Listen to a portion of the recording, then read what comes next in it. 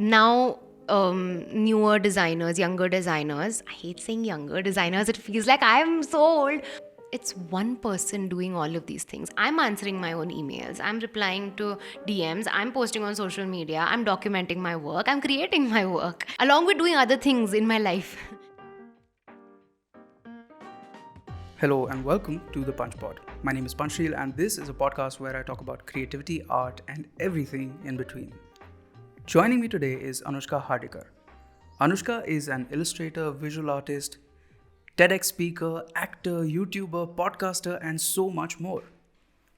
Today, I talk to her about her creative journey, freelancing in India, and the meaning of success. Anushka, thank you so much for being here. Thank you, Punch. I'm so excited to be on the Punch Pod. Okay, cool. But before we actually delve into Anushka's creative journey, I want to tell the listeners a very interesting story about how we actually met. It was around Feb of 2019, and I was just scrolling Instagram, as you do, and I came across this profile of Anushka's. I didn't know her before this. I had no mutual friends with her, and I just saw her page, and I realized, oh shit, Anushka looks very much like this very good friend of mine. Anushka and my friend Swati, they are literal doppelgangers. They look the same. It's creepy how similar. And normally I don't see it. You know, when people say, oh, this person reminds me of you. But when you sent me like her pictures, I was like, this is just odd. This is strange. Today morning before I came here, I was actually going through my Google Photos to find out which was the exact day I took the screenshot of your picture and sent it to Swati. Oh my God. And I think it was 19th Feb 2019. You remember the date, Punch? Yeah, I just checked it this morning, Anushka. It was Wow. 19th Feb 2019, and we met on the 29th of February 2019. Yes. In exactly 10 days. Yes. How we met is this. We both have a common friend called Alefia. Hi, Alefia. And she had this amazing idea where she wanted to do a street art project in the oldest part of the city called Boreali, where she wanted to bring out the stories of the shops on their shutters. Alefia reached out to me and she was like, Punch, there's this project that I want to do. So will you please help document it and click pictures and make videos? I was like, cool. And at the same time, Alefia also reached out to Anushka. Now, this is where it gets interesting, okay? Cut to the day that we actually met. I didn't know that Anushka was going to be a part of this project. And we were to meet at a cafe in Pune. I reached there. I was waiting outside the cafe. I was paying the rickshawala. And across the road, Anushka goes walking into the cafe. I was like, this is weird. That is Swati. Yup. And I couldn't believe it for a minute because I was like, Swati's in Delhi. What is she doing here? So I was like, it might be a weird coincidence. So I can't just go up and talk to her, right? Because when I had come across your profile, I realized that you're also Pune based. Yes. And that was when I was actually starting off with doing my passion project series where I was talking to artists and creatives. Correct. And I was like, one day I have to work with Anushka. I don't know on what project but we will have to work together on something or the other. It's destiny, Punch. There's no other explanation. I'm telling you. And then I just went inside the cafe and then I saw you and Alefia sitting together. And that's when I took the picture of you with the sister library thing. Yes. That is the exact moment. That is why I remember it because I took a picture of it. I remember that like it happened yesterday, like that entire meeting also.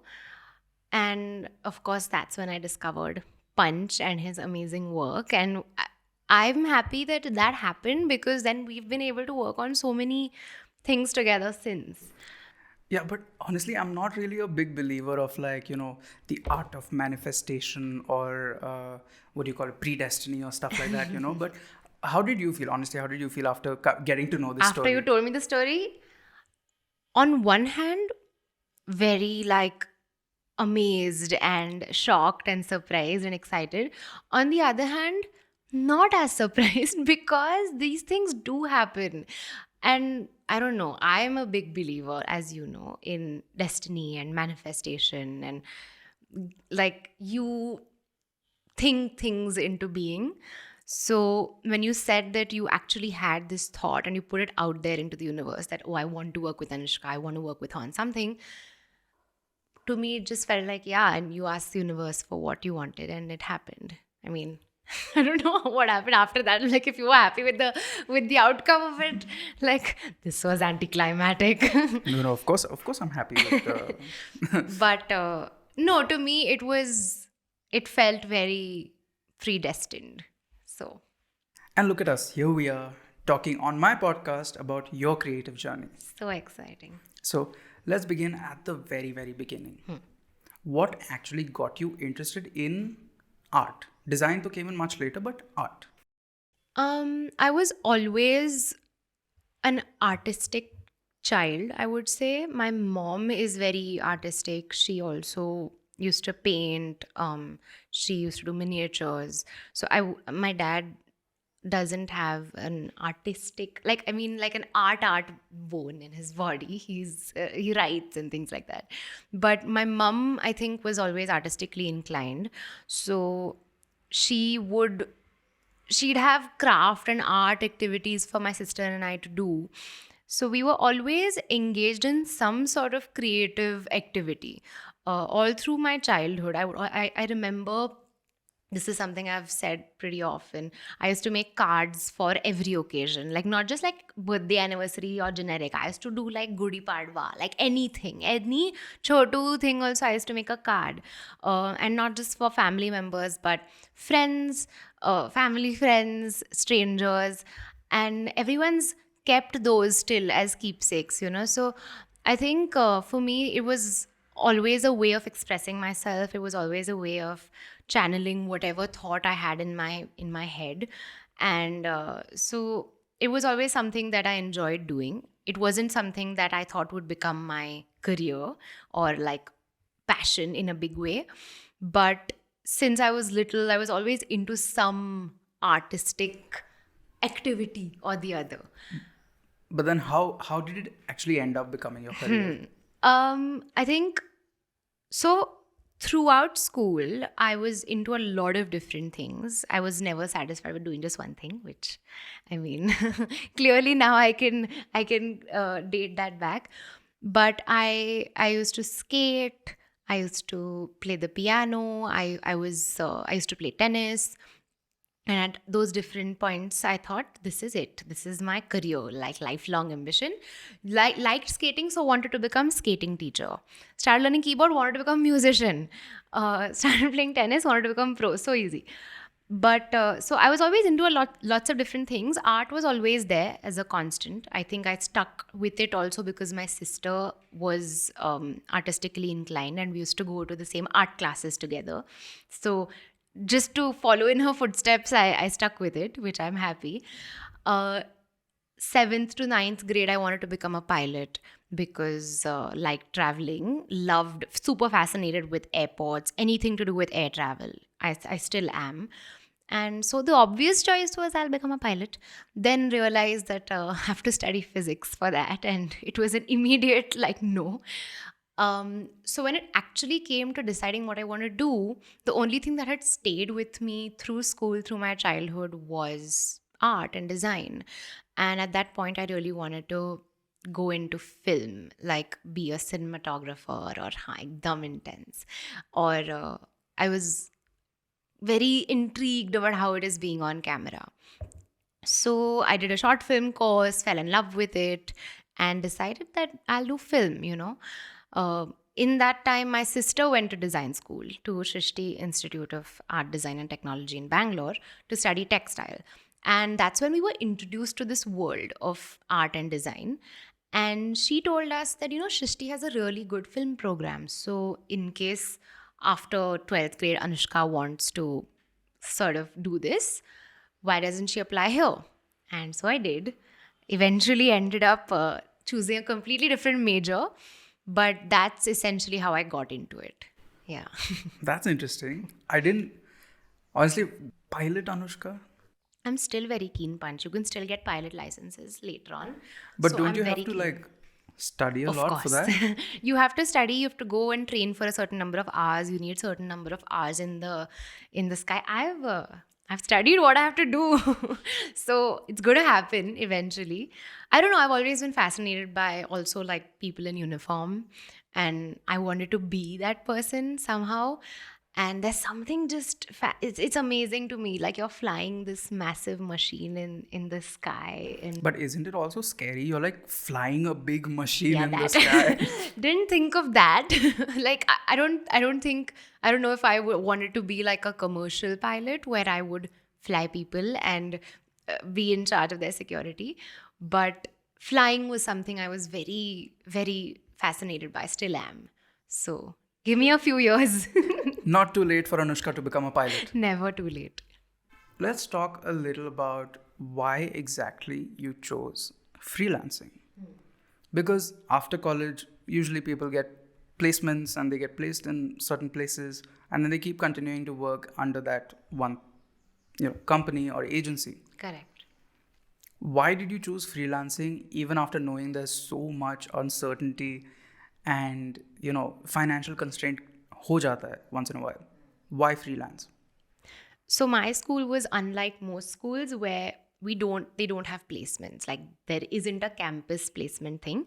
When we do our graduation project and we have an exhibition, that's when companies and individuals, they will come there, take a look at your work. If they're interested, they'll get in touch with you, things like that. So there isn't like a set, you'll definitely get a job after you graduate kind of a thing.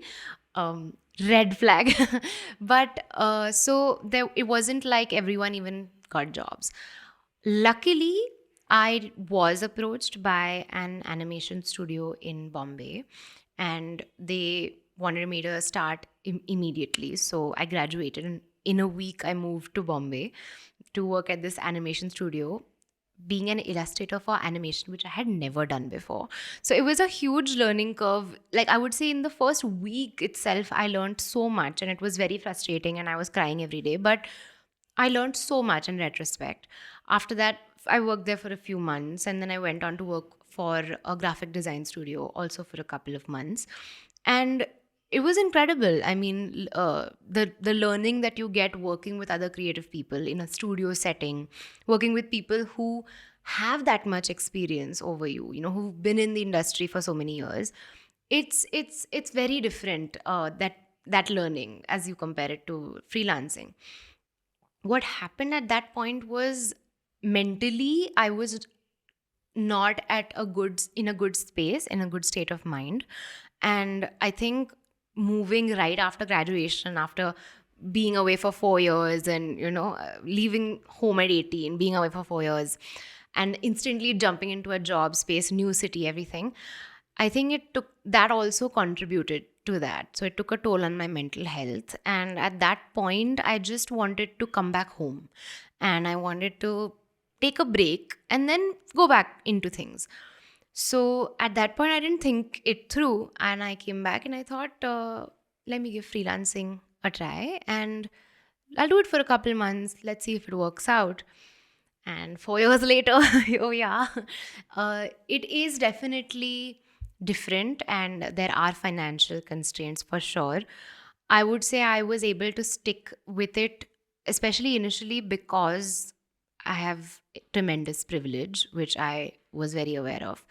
I mean, if I had to say support a family or find a job, pay off a loan, I would not have been able to do freelance full time like that. Because initially, of course, the work doesn't come, the high paying jobs don't come to you as easily. They're one offs.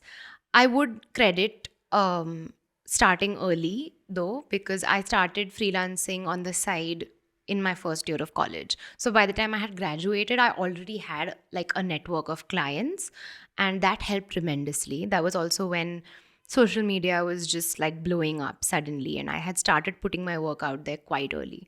So I would definitely give that to myself. But freelancing was, I fell into that and continued with it because I've always had this like self starter entrepreneurial kind of a spirit, I suppose. I've always wanted to try new things. I'm never happy doing just one thing. And with being a freelancer, you need to do so many things that it's never boring on the job. I do miss working with people physically, and also I miss all the stakes not being on me. sometimes. But there are, of course, perks of the job which I now have started to enjoy a lot. So, yeah. I mean, you're not doing too bad for yourself. You've done projects with Netflix, you've done projects with Hachette, you've done projects with Penguin. You just released a book with Penguin India. I mean, those are some pretty huge projects. So I think you're doing pretty well for yourself as a freelancer. Thank you. No, it's been surreal, honestly, because also for a long time, projects like that wouldn't come to an individual freelancer. They would go to advertising agencies, because it's just convenient for them, because they're managing such big teams. It's convenient for them to go to a studio or to an advertising agency. But now, with so many freelancers, with great portfolios coming into the industry, it's cheaper for them. It makes sense for them monetarily to do that. And it's nice that now so many of us are getting these opportunities, without having someone somewhere, without having any connections, without like put in a good word for me, sort of a thing. Of course, there's a lot of networking that goes on, which you have to do. It's a part of every job, I think. But I have been lucky. It's been a mix of hard work and luck, I think. Okay, but how does it work? Like you said, people would earlier go to agencies because it would just be easier for them. Yeah. How does it work right now? How does the client approach you? Do they email you, or do you reach out to clients and tell, "Okay, I have this project. Will you fund?" Right. Luckily, or I don't know how that has happened, but I have not ended up reaching out to anyone. I have never had to reach out to anybody. Of course, there are clients who I'd love to work with. There are companies I'd love to work with. And I have no hang-ups about reaching out to people. It's not like, oh, now I won't reach out to anyone. I mean, I feel like I'm just starting out. But usually it is someone reaching out to me, either from the creative team of a company or an individual. They will email me. Now most people DM you, because DMs are the new emails, which I still do not enjoy. So it's like a thing on my Instagram bio, like email me for work inquiries. Usually it starts like that. Or if I've worked with someone and they've referred me, then they ask me if they can share my number. And then we end up talking further. So clients have always approached me for work, and then we take it ahead. So I either end up working directly with them, or with the creative team, or with like an advertising team. So it would depend. It depends project to project. Let's talk about money for a bit. How much difference would it make? I'm still going off on the point that you said, earlier people would go to agencies and now they reach out to individuals. You also said that it's much easier for the company monetarily to reach out to freelancers. How much of a difference is there? Let's say I am a company and I approach both a freelancer and an agency. What I want is the cover art for a book that I'm doing. And it is digital only. So like an illustration. So how much would an agency charge and how much would a freelancer charge? So, of course, it would depend. It would depend from agency to agency, all of that. But definitely 2 to 3x, that's the difference, at least. So if you're charging 10,000 for that, the agency would charge 30? More. I would say 3x is the minimum. They would charge way more because, see, when an agency takes it on, they have everyone in-house. So anyone who you need to be on that creative team, they have in-house. So essentially what agencies would do is take things on as retainers, like clients on as retainers, where they say, you pay us so much every month, we'll get all of this stuff done. Whereas freelancers, we are freelance illustrators and artists, we are commissioned to do very specific projects, and the scope of work is very specific. So it's difficult to negotiate with bigger clients because on one hand, you want the client, you want to work with them, you want that on your CV, you want that experience. But on the other hand, you also feel like I'm not being compensated for how much I should be. It's unfair. I would only say that it is changing very slowly, but it is. Especially with more awareness being created about how much you should be compensated, should not work for free. Even internships should not be done for free, and which we've done, like a lot of us have done before. Now, newer designers, younger designers. I hate saying younger designers. It feels like I'm so old. You've But been in the industry for like the industry, 6 years now. yes, it's been a while. But I think like fresh graduates maybe, they know very well, they know their rights, and they know where they can say no, and they have the guts to say no, and also the privilege to say no sometimes, which I don't think any of us did. It was just the way things were, and so we went along with it. But definitely, if an agency is hired to do a specific job, it would be a lot more than what people have to pay freelancers, because they also know that if I say no tomorrow to do say a penguin cover or a book, they know they have 10, 15 others who they have on their list plus more. So it's up to me ultimately to make that call.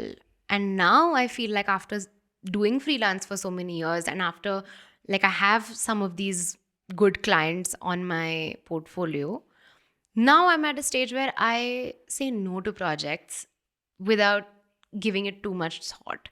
Like even big projects which I would love to do, because sometimes it's not about it's not about if I can do it, but the amount of time and energy that goes into it, Punch, it's no one should undervalue you. And then when you say okay, it's instantly you are undervaluing yourself. So, of course, I struggle with this a lot. We've spoken about this a lot, but I feel like now there's a lot more awareness about this fact, for And sure. I'm so glad there is, because illustration is difficult. Yeah. I mean, what I do, like I shoot videos and edit videos, that is fairly simple. Also difficult. Also difficult, but fairly simple, because in For you, Punch. illustration, you are literally making things that do not exist. Same. No, but you are capturing real life in video, right? In illustration, everything comes from like you get a brief, Sure. you digest that brief, and then you make things in your mind and then transfer them onto paper or digital or whatever. Yeah. For me, that's way more difficult than what I do. Or I think it's one of the most difficult professions in the quote unquote creative sphere. It is difficult, it is challenging, and more often than not, it is not fairly compensated for, which is what makes it frustrating. Let's talk about fair compensation for a bit. You said that now there is more awareness in it. Yeah. How has the awareness come about? Are there like unions of artists where people like collectively come together and share their pay scale? Or are these kind of spaces dominated? Or has the alumni network of colleges really helped in bringing about, you shouldn't get this much money for it, you should ask for more? Has the alumni network helped, or has there been some sort of like a unionizing effort? Well, speaking for myself, my school has an alumni network, but I would say it's not as strong as some other schools. Like NID, for instance, has a great alumni network, and there's a lot of work that goes around within that space, which isn't that true for Shrishti. It's changing a little bit. It's changed a lot over the last 4 years.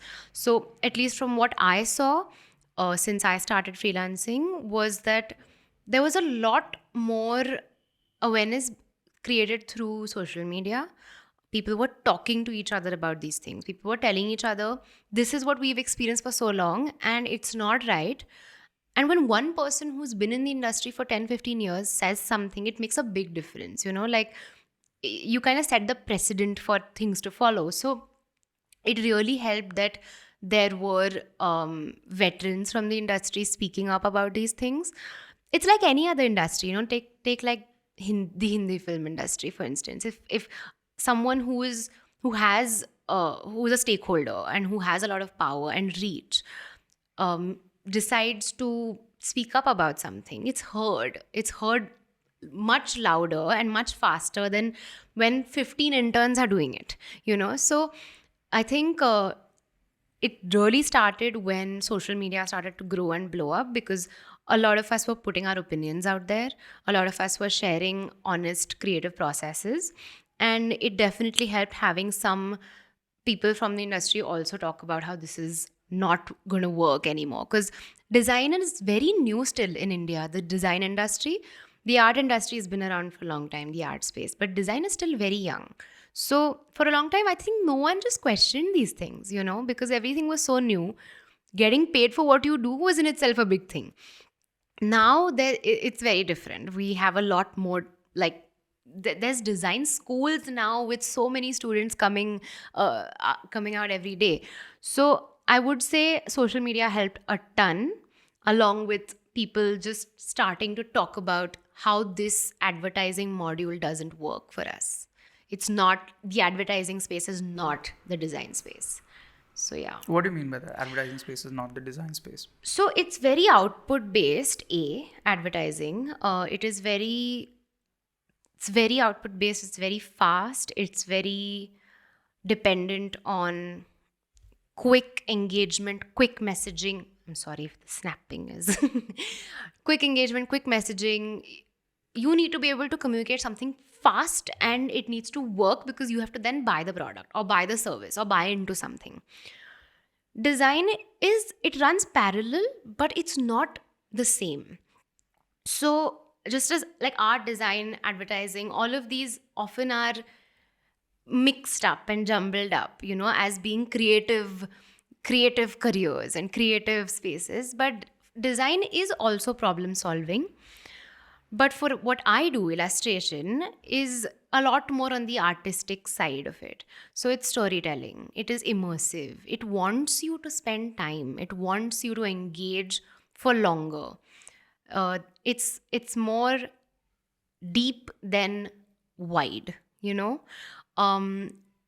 So I would say it requires people to approach it differently. It requires you to build systems and structures that work for that particular design, like field. And I feel like now, for a long time, people didn't know what illustration was here. It's very new here still. So, like you draw, it's that, which essentially it is.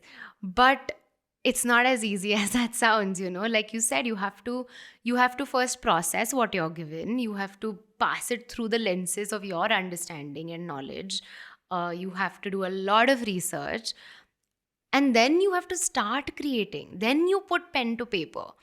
So advertising doesn't work that way. It's always a team. One person isn't calling the shots, one person isn't putting together campaigns. With me, for instance, a lot of the time it is.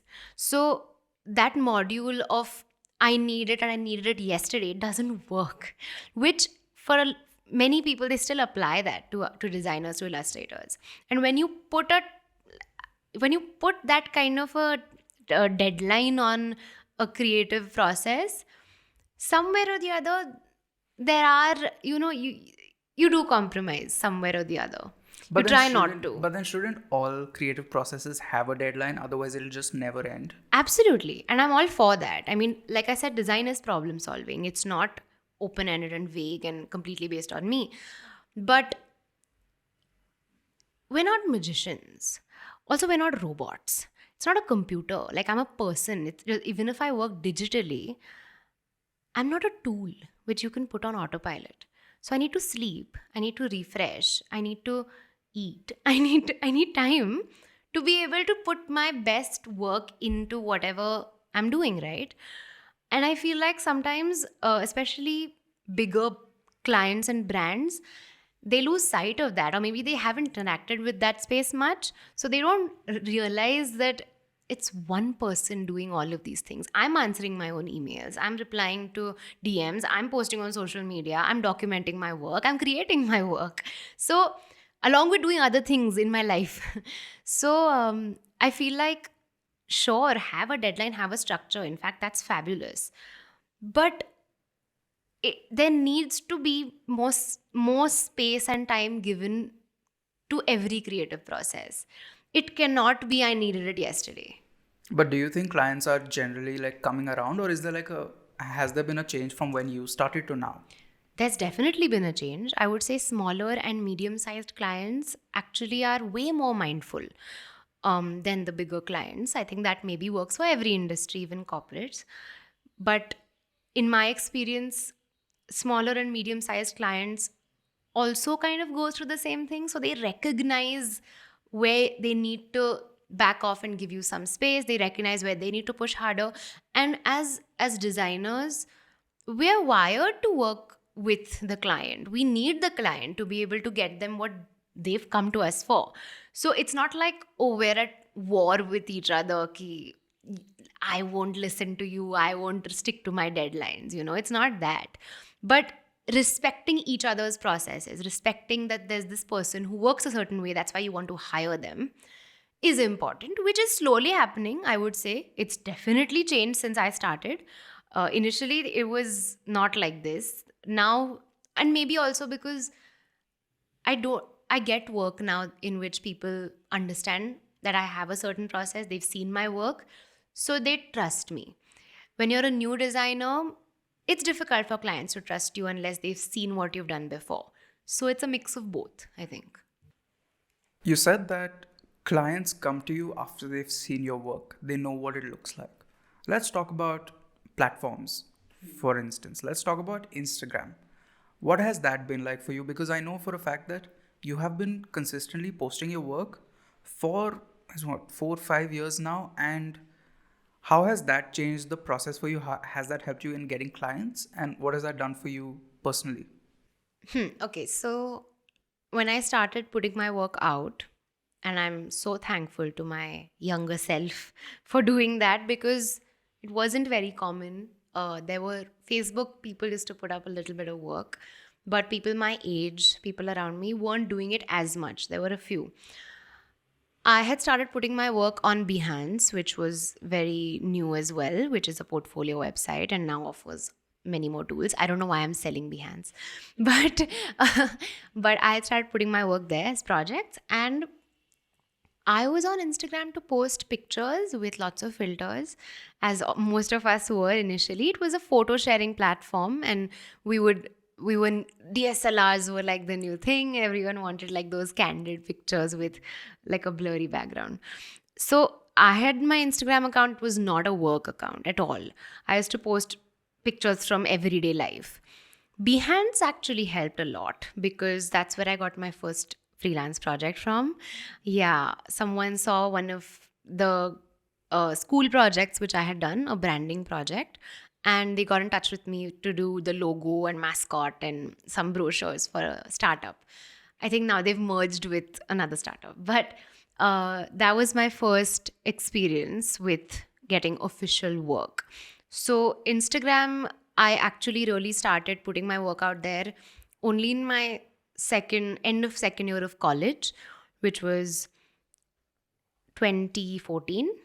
Yeah, 2014, I started putting my work out little by little. My friend and I, we started a 30-day project of posting something every day, some work, and it turned into a 365-day project. And when I went to France on exchange, I was drawing obsessively every day, all the time. I was documenting everything. And that is when I realized putting my work out there on social media is really helpful because it was reaching so many people. It was showing people what I could do.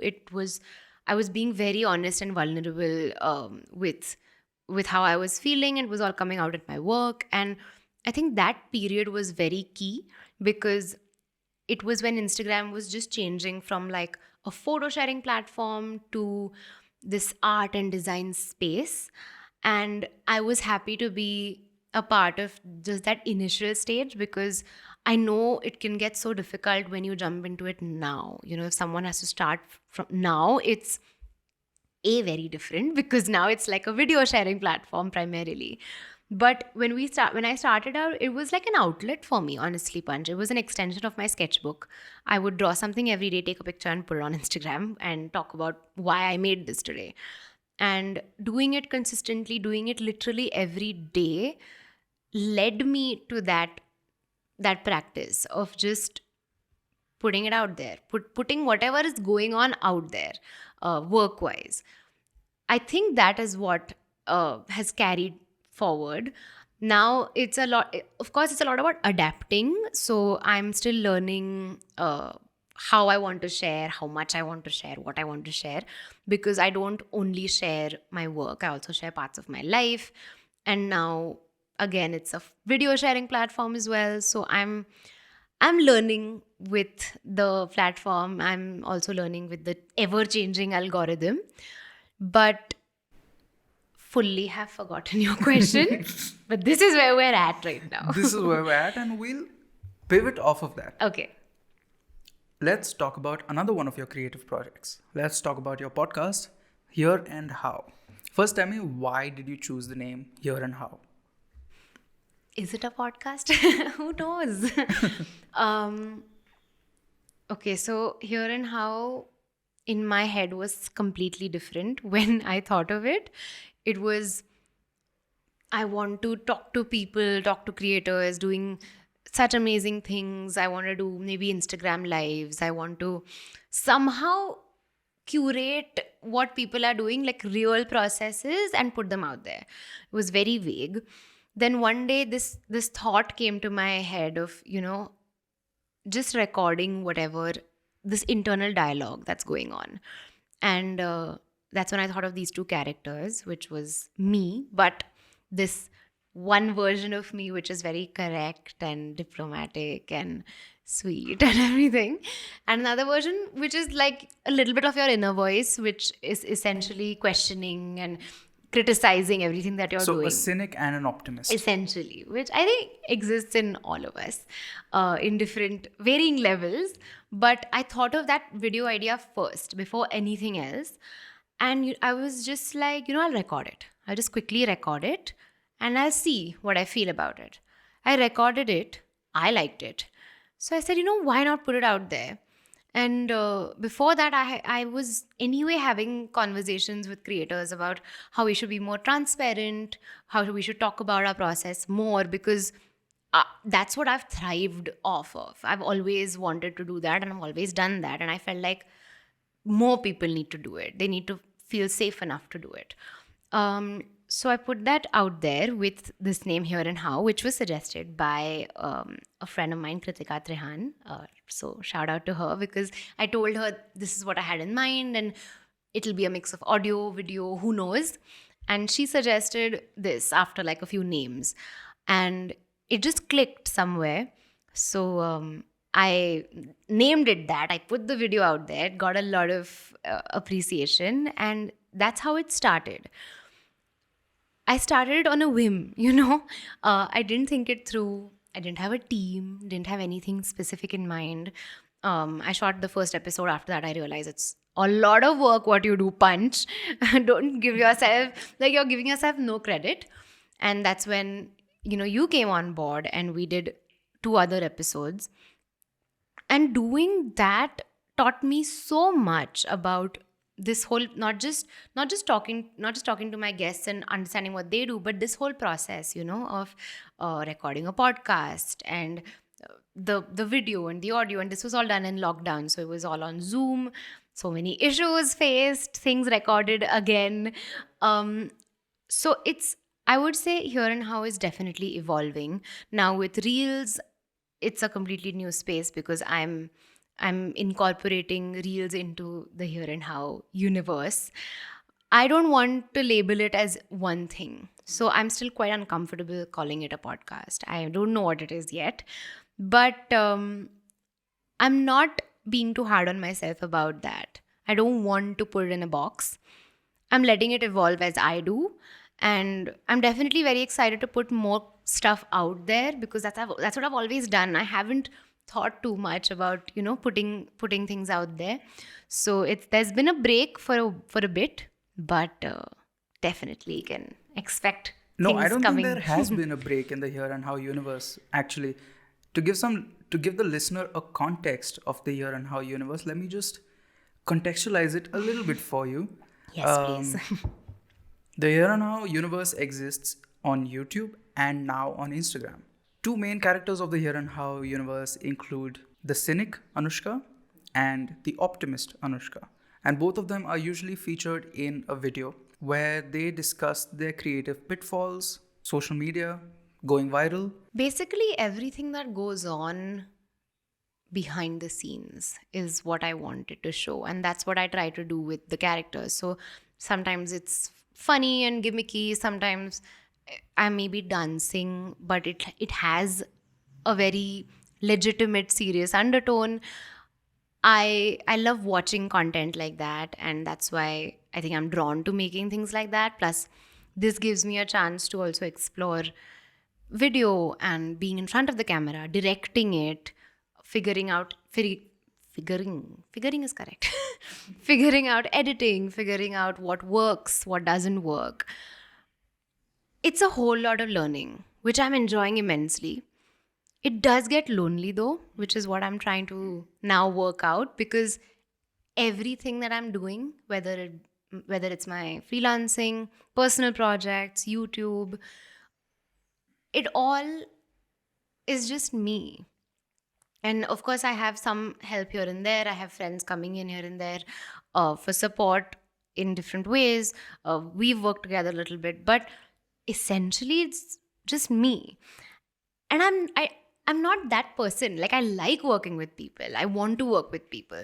So that's why I don't know what Here and How is completely right now, but I'm enjoying working Yeah, on but the it. way I see it, Here and How is both kind of like a knowledge platform and also a story sharing platform.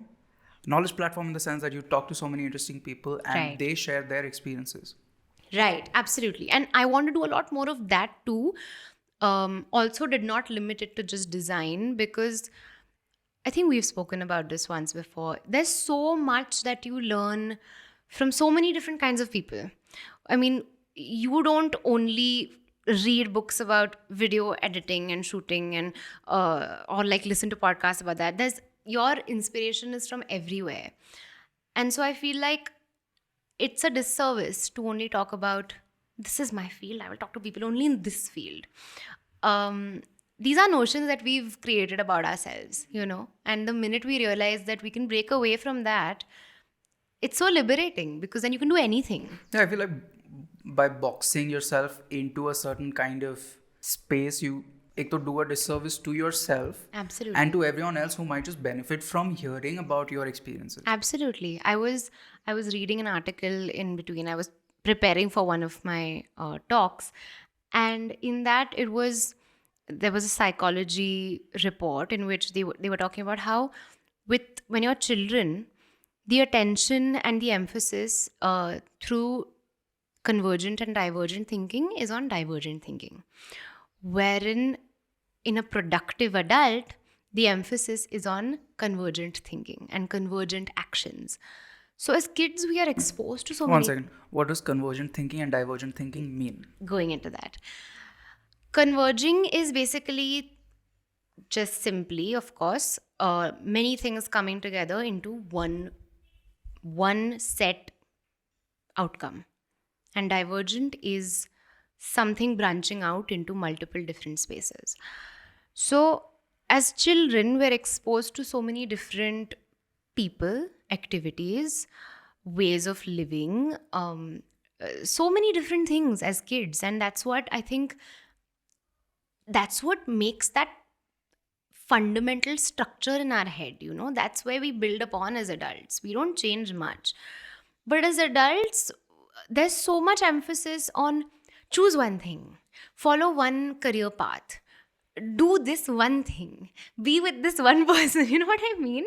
Like, it's all very convergent. It's all very jump into one box. So I was researching for a talk in which I was talking about this, how we label each other and we put each other in creative boxes, even within the creative space. And that is so, firstly, that is such a paradox, because the creativity is, there's no end to it. It's infinite, and the possibilities are infinite. So who are we? Yeah, and creativity is not just the kind of work that we do. It's not just art and video and this and that. There's Not at all. creativity in everything. Creativity is basically solving problems, but in a fancy way. Yeah, in a way. Like, I like that. Solving problems in a fancy way. Later on, what we term as creativity, or like, oh, is this your creative hobby? It's essentially the child inside of you, which is expressing itself, himself, herself.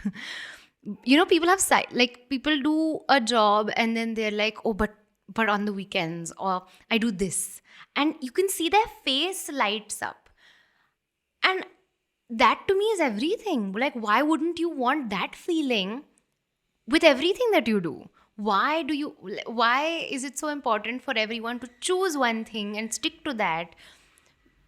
I feel like that's very limiting. Like, you are killing that creative streak, you know? Yeah. I mean, more than killing, I think it's just unfair to yourself because you can be so much more than what the world tells you to be. Yes. It's not killing it. It never dies. It's just suppressed so much that beyond a point, I think you yourself don't realize that you have it in you. Which is why it's self doubt, which is why insecurity, which is why you feel unfulfilled.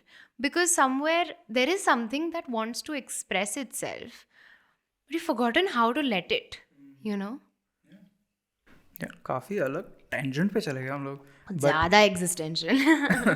let's let's talk about. I want to ask you a little bit about Instagram and its dynamics.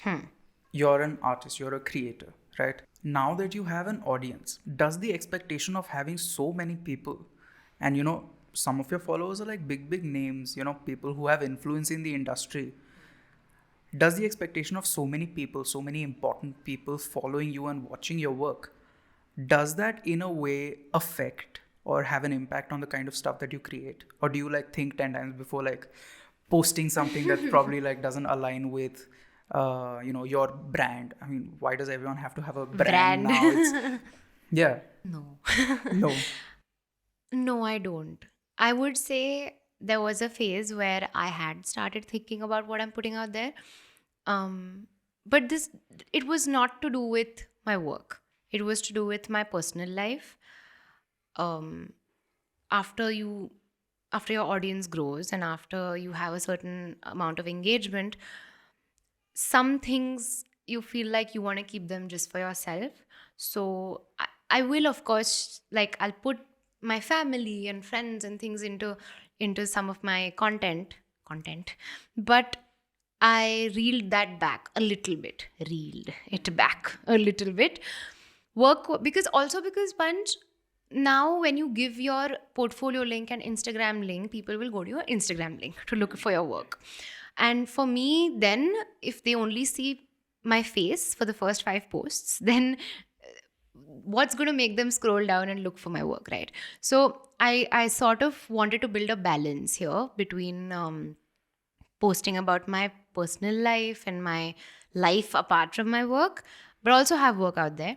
I never censored what I was putting out there work wise because I felt like I had a following, or I had a few people following me and enjoying my work because of what I put out there.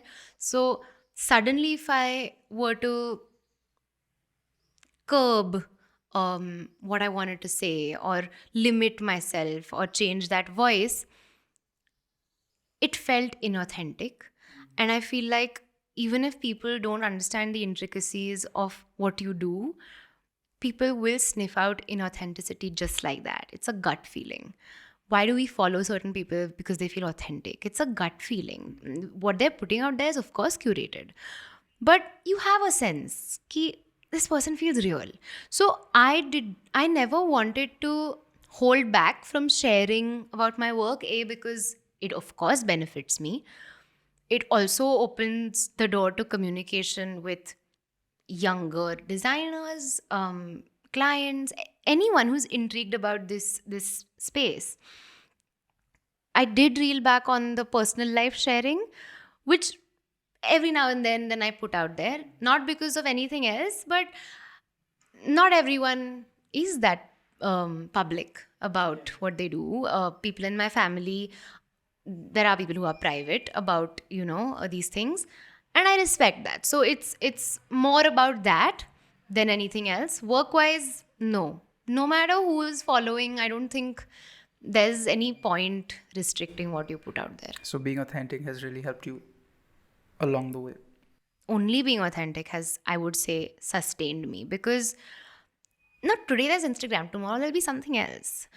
What connects you to who you are is how authentic and vulnerable you are being when you're telling your story, right? So now Facebook is not a thing suddenly for any of us. Snapchat came and went. Instagram is the new thing. LinkedIn has picked up. Twitter, I don't know what Twitter is doing. But essentially, it's what has connected me to other people in the most real way. It's how I have forged so many connections, relationships. I haven't met people who I feel I'm very close to. So this platform has allowed me to do that. And the only way to do it is to be yourself and to let down your guard, is what I feel. Yeah, so what you're basically saying is platforms may change, but if you have a curated personality, a separate curated personality for each platform, you'll get tired of it. So just be authentic everywhere, and that'll work out well for you. It's exhausting. It is exhausting. This brand, it's very exhausting, and you need a team then to curate everything that you do. It's like that saying, when you tell a lie, you have to tell 50 lies after that. It's like that, where there's no end to it. And then I think somewhere down the path you lose sight of why you did this, why you started doing this. So yeah. Cool. I do not know how to segue into this next part of the conversation, Just but go for it. I will just switch. Snap into it. In one of your TEDx talks, yes, I say one of because Anushka has done 2 TEDx talks. Yeah. In one of your TEDx talks, you'd spoken about how mythologies should be retold and contextualized according to the times that we live in. Why do you think that's important? So, for a long time, my bio read illustrator, visual artist, storyteller. Storyteller was a very big thing for me because since I was little, I love to read. I was read out to a lot. I love reading by myself. I was told stories by my grandmom, my granddad. Everything revolved around stories, really, because stories allow you to experience things that aren't around you, that you don't see every day. They allow you to see worlds that you have never seen before, that you may never get to see. A story is essentially a door into a completely new world. And that was always fascinating to me. So I think when I began telling my own stories through my work, through my illustrations, through design, through art, through word, um, it that part of me was still very much alive, where I felt like the stories which we have been told for so many years, folk tales, things that have been passed on, these are like, it's like things in a museum. You preserve these objects, right? Because they tell you something about that time. They paint a picture of that time. They tell you about um, even like materials used in that time, wars. They tell you about rulers. They tell you about people who were everything. Punch. So for me, preserving stories is preserving history. It's preserving memories. It's preserving nostalgia. And I'm a big fan of preserving and documenting everything and recording everything.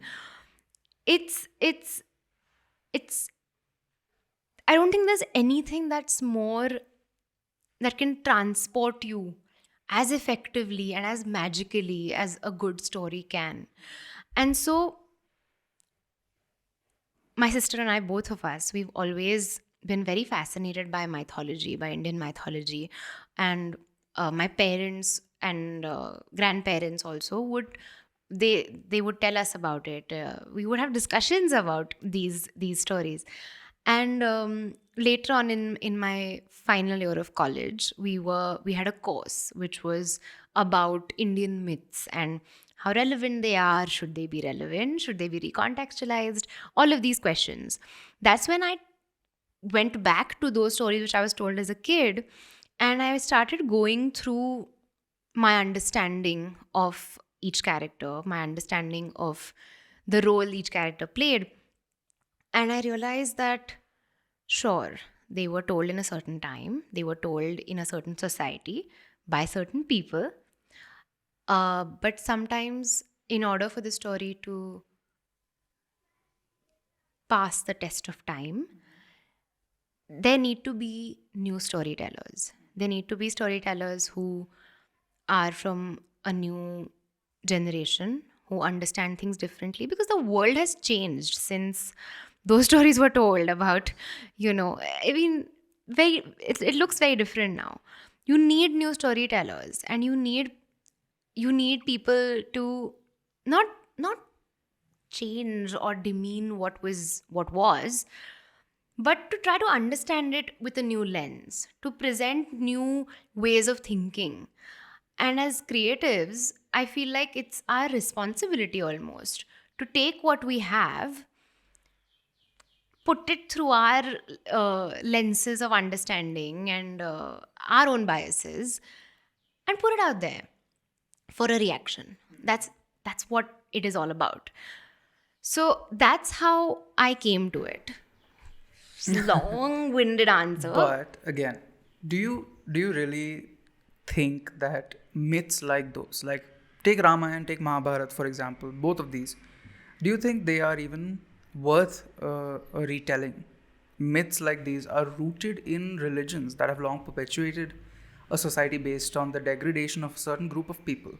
Like Sure. even the Rakshasas in Mahabharata and even in Absolutely. Ramayana, those are the people who had darker skins, so Yes. that's again a concept of racism there. But again, can stories like that really be retold by looking at them without the kind of real world impact that they have had and still continue to have? I feel like that's the only way we move forward, Punch, because all of us come from so many years of conditioning. Our families have gone through it, through generations of it. The only way to move forward is to assess and to be aware of what we had, what we have, and then you have that choice of, do I want to believe that? Do I want to live my life according to that? Do I want to have those biases? Or do I want to look at things differently now? Because it's not just those stories, right? It was about what was happening around. Right now we'll tell stories of what's happening around us. Maybe 10 years from now, people are going to disagree with how we did things or how we told things. The only way to move forward is to take what we have, process through it, and then retell it the way we see it.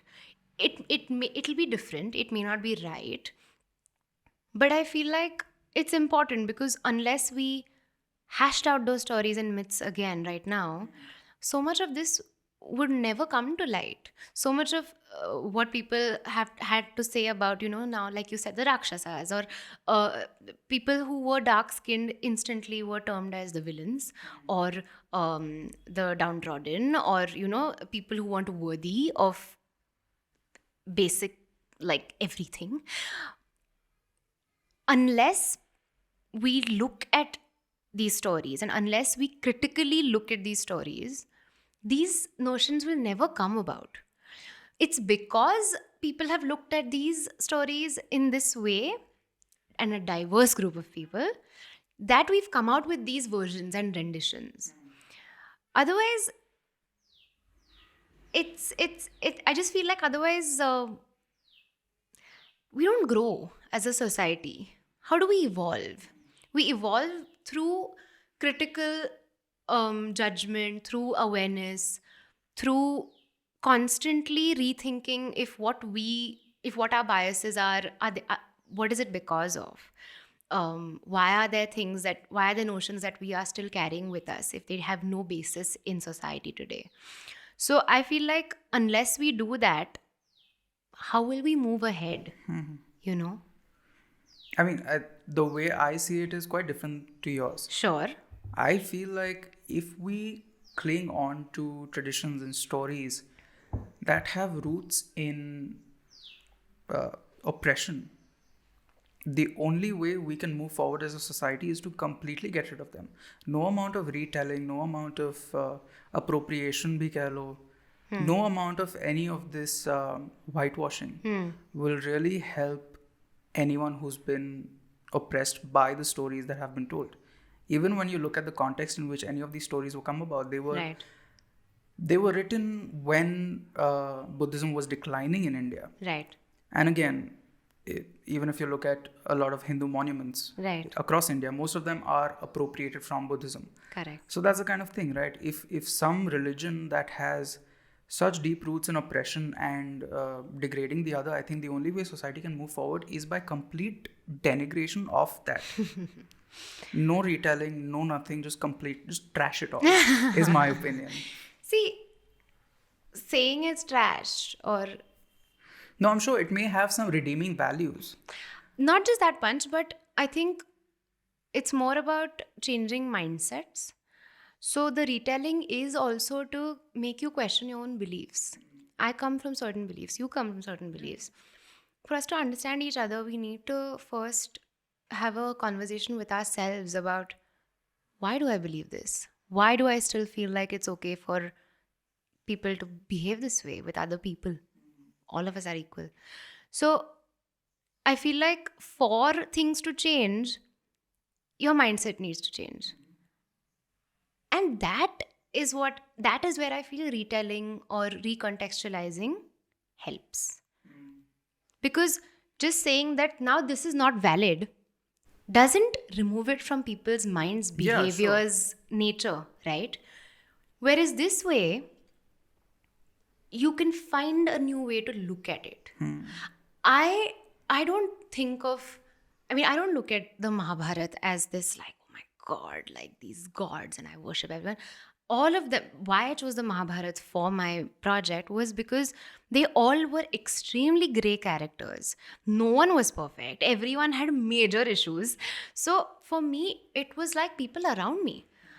And there's no need to put them on a pedestal because they've all been just as human as any of us. So that was why I chose that particular story as well. And seeing it through the lens of a woman made me look at the characters differently. It definitely made me question what I was told as a child, which I think is enough of an impact, you know? Yeah, makes sense. And I think as society progresses and we move towards understanding what these texts were and what they were the basis of, eventually they will become irrelevant. That's how I feel.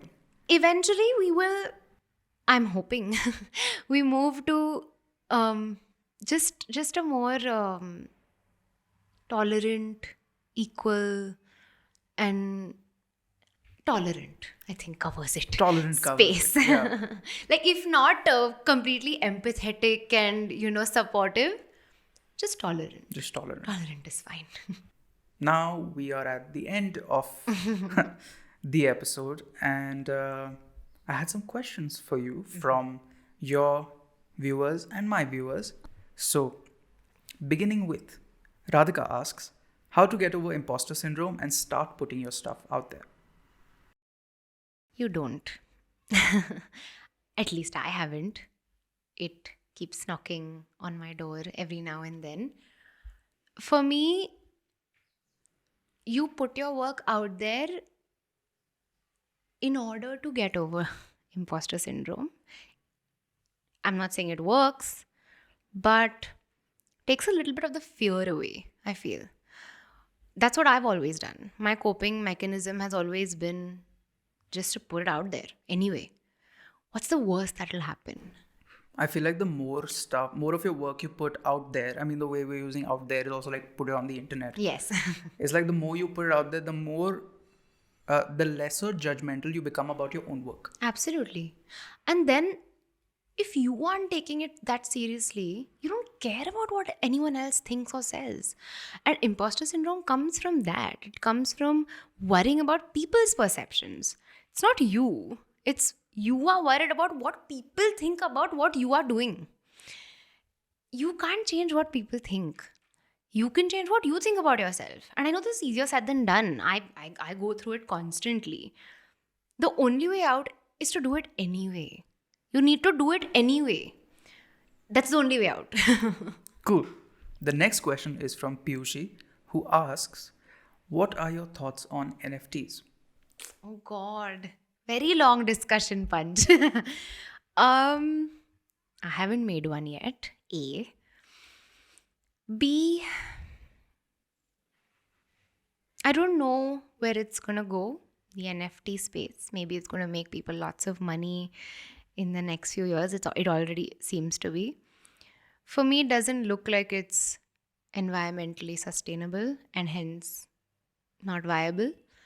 But good for you if you're working in that space. I don't think I know as much also, which I would like to educate myself a little bit more about it before setting like an opinion. Cool, cool, cool. The next question is from Alethea, and I will just play it for you because it is a voice note. I think this is a question that I have for both of you, and because it's something that I face. When you guys are in a lull, it could be a personal lull, it could be a creative lull, it could be whatever. How do you sort of motivate yourself to get out of it? Or what do you do in order to find a sense of purpose, or in order to just feel in order to just push yourself to then start creating or to do something? Because in my view, I believe that the two of you have these qualities. When stuck, you all do know how to get out of it. So my question actually to the both of you is, what do you guys do to sort of push yourself in order to learn, in order to grow, when you'll experience these moments? So sweet. The only thing that I do to get out of a lull is to do nothing. I don't put too much stress on, what I'm doing or where I'm at in life. I just do nothing, and eventually I get tired of the boredom, which kind of leads me to doing something. So that can be like changing the color of my hair, or starting a new project, or restarting an old project. So it's stuff like that. It's just through boredom I find most of my answers. Profound things being said on the punch pod. But I think I agree. My answer also is quite similar.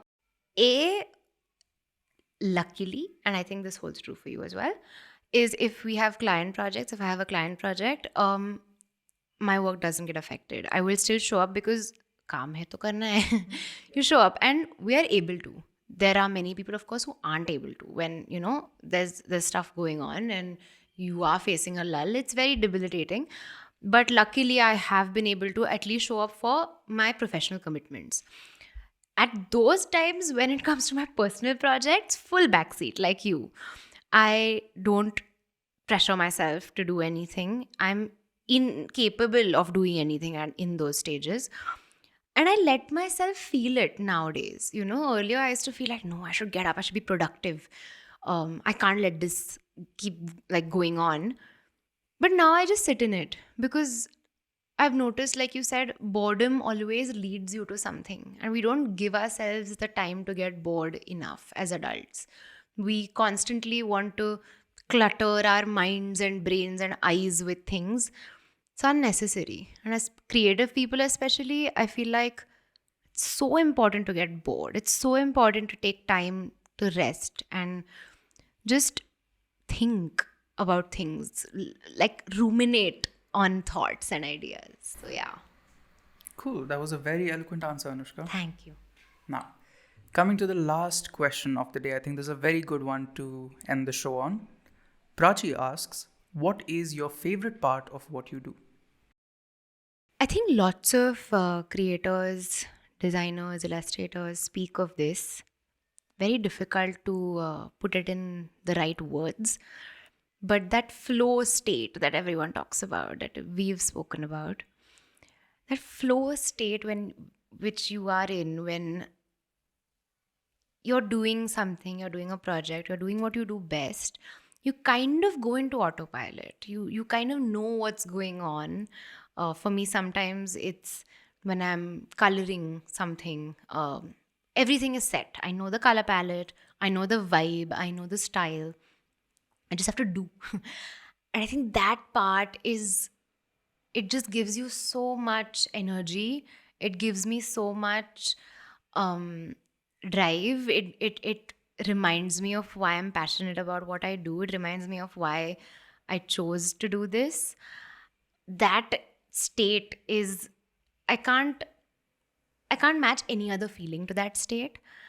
And I would say the second thing is definitely seeing your work out there, making some sort of a small change.